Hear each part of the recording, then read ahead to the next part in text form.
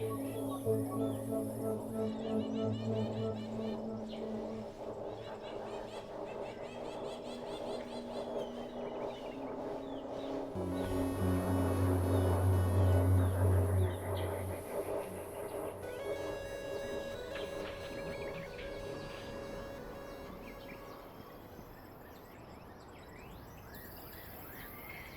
world we live in is neither stable nor kind, and the search for peace is the search for internal sustenance. Peace of mind is clearly an internal matter. Anyone who has ever sought for peace has found the search itself at times as lonely and painful as the life before we embarked on it. That's the bad news. The good news is there is help everywhere, and particularly in books. Throughout the ages, words have been written which lead us up and out of worldly despair. These words are found on stone and clay tablets, on parchment and cave walls in every language, in hieroglyphics in tombs and temples, on paper, in books and computers and graffiti. Truth has always sought its expression in words. Great books don't just inform us, they change us. They address not only what we think, but how we think. They spark explosions within our brains and miracles within our hearts. I thought that was just so beautiful.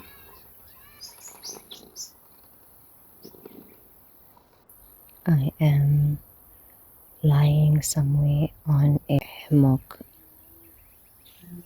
somewhere in South Africa, along the garden route, where the air is fresh. And today I'm thinking about something I've experienced quite a lot on my journey to awakening, on the spiritual journey.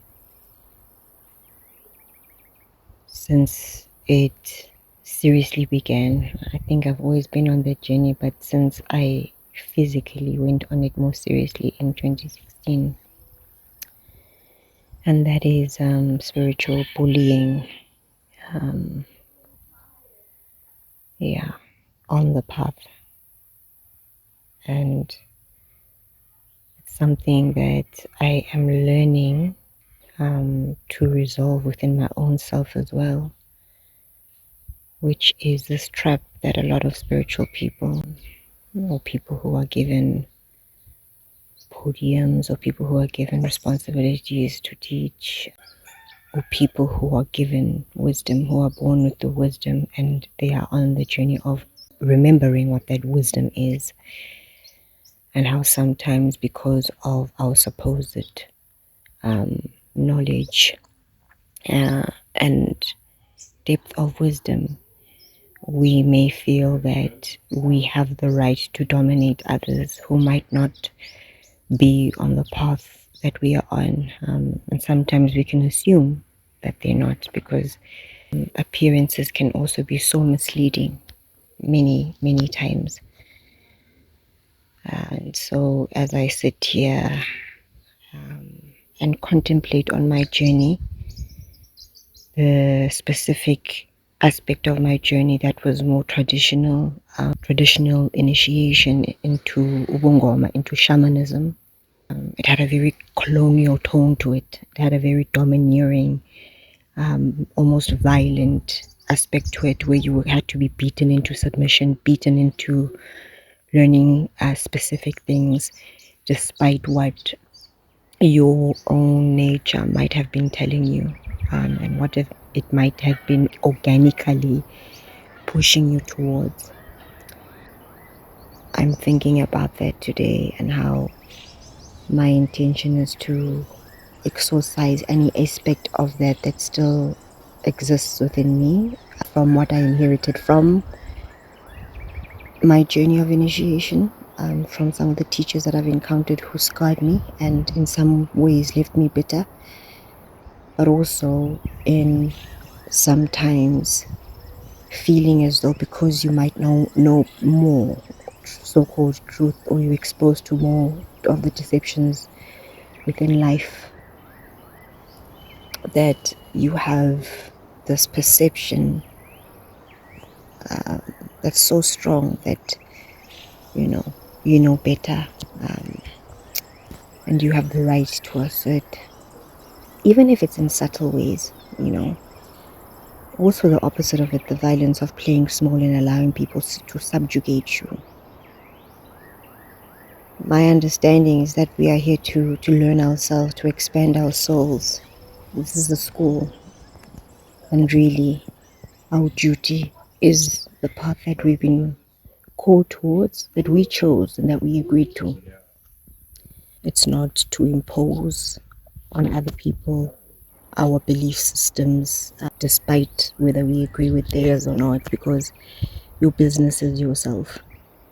Your business is yourself. And we have so many impressions, programming, and patterns of deception within our DNA. I can go on and on. That is our responsibility to tame, to purify, to transform. And I guess with this message here today, I'm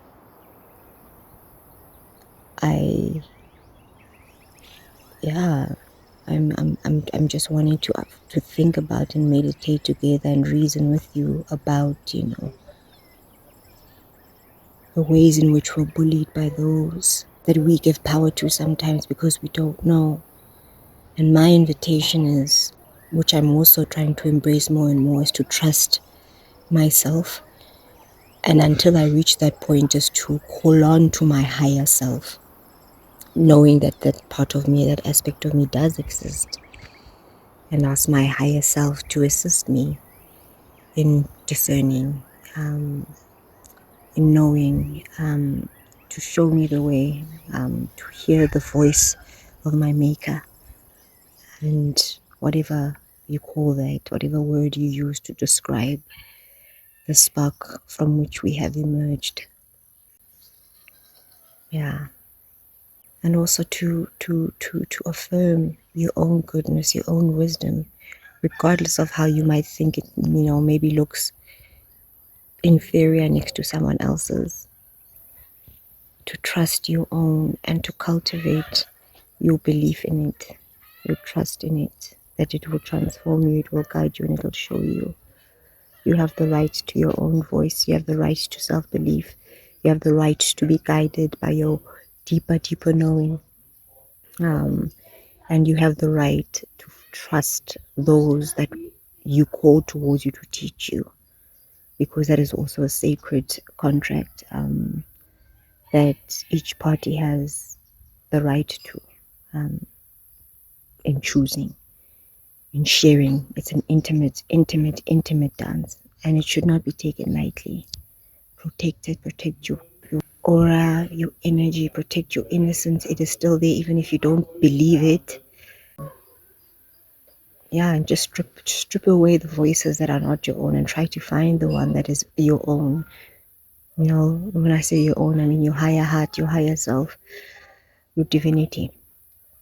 The world is not a kind place entirely. We know that. And there's so much to fix. But let us remember that our journeys are our own, the individual. And once we've helped ourselves, we were no longer spitting anger and spitting vitriol and spitting all of these things that sometimes even poison other people's energetic fields. We need to come back and take responsibility for our own energy.